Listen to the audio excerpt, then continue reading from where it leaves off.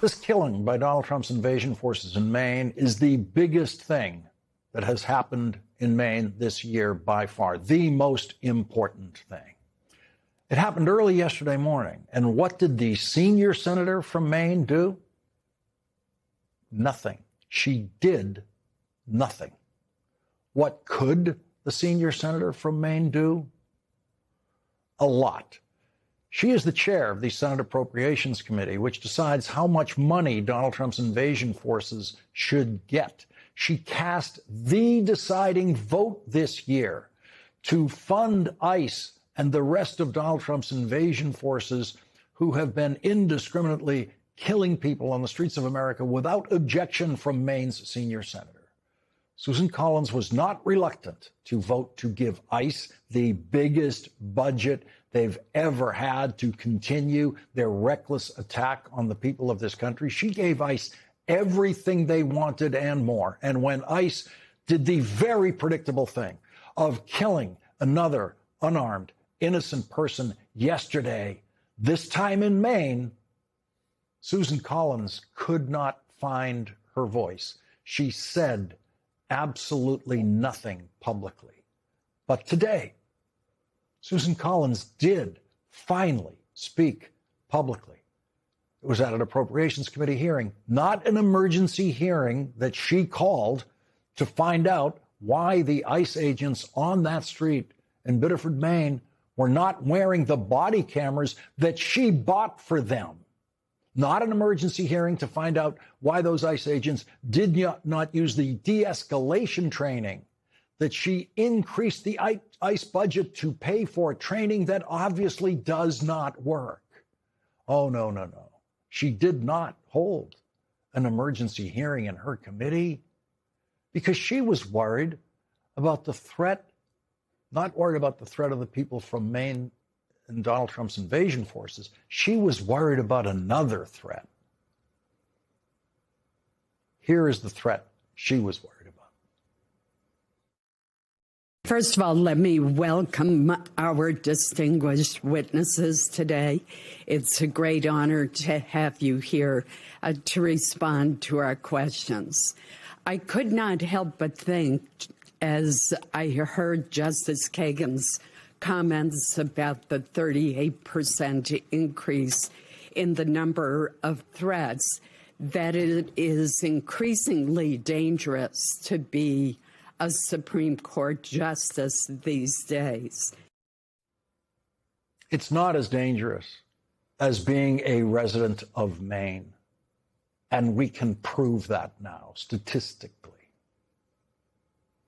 When a few reporters caught up to Susan Collins today in a Senate hearing, she took just one question about what happened in Maine. What do you make of Democrats blaming you for the shooting? Blaming me for the shooting in Maine? Well, that's absurd, of course. And it's disappointing to see potential candidates use a tragedy to try to advance a political agenda. I had 3 conversations yesterday with the Secretary of Homeland Security, and last night in the latest conversation, we talked about the need to cease the vehicle stopping program until we see an improvement in ICE's operations, except in emergency or urgent circumstances. I am the one who negotiated back in January the $20 million for body-worn cameras.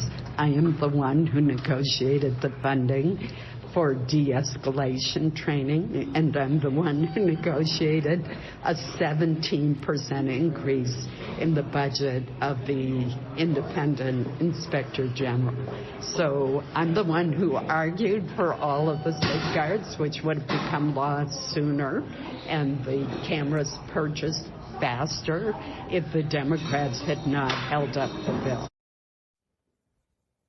0. That's how many people in this country were murdered or killed by ICE while the Democrats prevented the funding bill for ICE from passing? Exactly zero. But now that Susan Collins got her bill passed to increase ICE funding higher than it has ever been, and to buy them the body cameras that they refuse to use, and the de-escalation training that does not work, which they also refuse to use on the street, the ICE trail of death has come to Maine. And of course, Democratic Senate candidates who hope to win the nomination to run against Susan Collins are talking about the biggest thing, the most important thing that has happened this year in Maine. Jordan Wood told the New York Times, quote, "If Maine needed a reminder or wake-up call for why this race to defeat her is so important, we got one. Susan Collins has never had the courage to stand up and meet the moment." And that is simply a statement of historical fact. The word courage has nothing to do with a single day of Susan Collins's work life. The protests in Maine started immediately after the shooting. First with a few women yelling at the ICE agents at the scene, followed quickly by an outpouring from the neighborhood around the shooting scene, and eventually a march on Susan Collins's office in nearby Portland, Maine. And now, only because Donald Trump is afraid of losing Republican control of the United States Senate, Donald Trump has decided to try to put a stop to the killings he has unleashed by his invasion forces. The Atlantic is reporting that late last night, per order of Donald Trump, obviously, the Immigration and Customs Enforcement official Liana Castano sent out an email to top ICE supervisors around the country. Effective immediately, Castano wrote, "Vehicle stops are suspended until further notice." Someone had to die for Donald Trump to stop his vehicle stops. And that person had to die in Maine. It had to be a state Donald Trump is afraid of losing in the Senate election in November. Susan Collins could have stopped this invasion. Susan Collins could have told Donald Trump, told the White House Chief of Staff, told the Republican leader of the Senate that she needed the invasion forces to leave Maine, to never come to Maine, in order for her to be reelected. And they all would have understood that and acted on that. But she didn't do that. She didn't stand on the border of Maine. She didn't stand on the floor of the United States Senate and say, no, don't let them come here. She didn't dare. She let it happen. She let the invasion happen to her state. A New York Times poll shows that before this killing, 56% of Maine voters disapproved of Donald Trump's handling of immigration. That's before that killing in Maine. 56% disapproved of the deadly policy that Susan Collins has supported and has allowed to come to Maine. But the cowardly Susan Collins, as every other cowardly Republican senator just like her, did absolutely nothing to defend her state against Donald Trump's invasion forces. Nothing. Not a thing.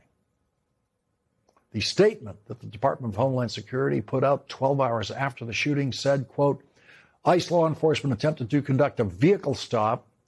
The vehicle attempted to flee the scene, and fearing for public safety, an officer discharged his weapon. And that is a description, a perfect description of an illegal shooting by law enforcement. Every law enforcement rule book in the country, from local police to federal officers, forbids shooting at moving vehicles unless that moving vehicle or someone in it is specifically attempting to harm the officer who fires the weapon. That is not what the official statement here describes. It does not describe any threat to any of the officers at the scene. The official statement says the shooter was not fearing for his life or his safety. He was, quote, fearing for public safety. And the limited available video, limited angles that the videos that are available of the shooting show, this shooting at 7 o'clock in the morning, there's no public present in any of those videos that could possibly have been threatened by a slowly moving car. It shows no evidence of anyone being threatened by anything in that car. And Susan Collins says, blaming me for the shooting in Maine, well, that's absurd. The legal blame for the shooting in Maine will be decided by Maine's Attorney General and possibly juries in Maine. But the voters of Maine might not find it so absurd to blame Susan Collins when they cast their next vote for United States Senate.